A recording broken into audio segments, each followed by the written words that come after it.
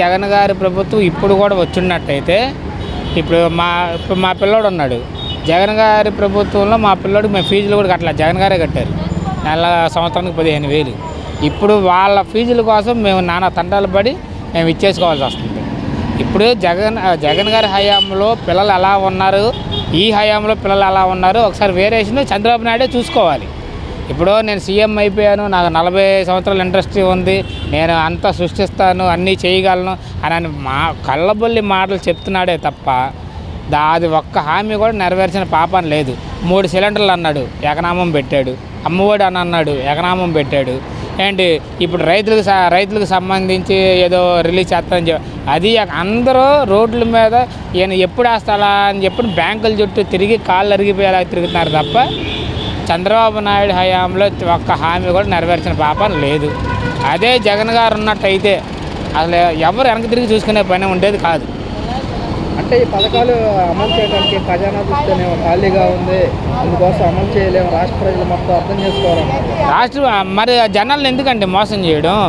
అంటే అధికారంలోకి రావడానికి నువ్వు అన్ని అబద్ధాలు నేను అది చేస్తానని చెప్పానంటే ప్రజలు నమ్మి ఓట్లు వేశారు. నమ్మి ఓట్లు వేసినందుకు న్యాయం చేయాలి కదా.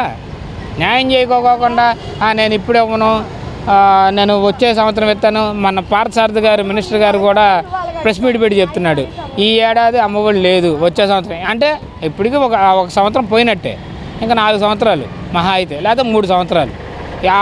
మళ్ళీ మాటలు దాట వేస్తూ ఉంటారని చెప్పని మాకు నమ్మకం కుదిరిద్దిగా. మాకు నమ్మకాలు పోతాయి కదా. మేము ఓట్లు వేసినందుకు మా చెప్పులతో మేము కొట్టుకోవాలి. ఆ సైకిల్ మీద వెళ్తాడు, ఆ సైకిల్ మీద వెళ్ళి ఇంటింటికి వెళ్ళిపోయి అది మీ ఇంట్లో నీకు 15,000, నీకు 15,000, నీకు 15,000, ఆడపిల్లలు కనపడితే నీకు 18,000, ఆయన కనపడితే చెప్తే కొట్టేటట్టున్నారు ఇప్పుడు. అదన్న జగన్ గారు ఓడిపోయారు అని చెప్పనని ప్రజలు అనుకుంటున్నారు తప్ప అది జగన్ గారిని ప్రజలు ఓడించలా.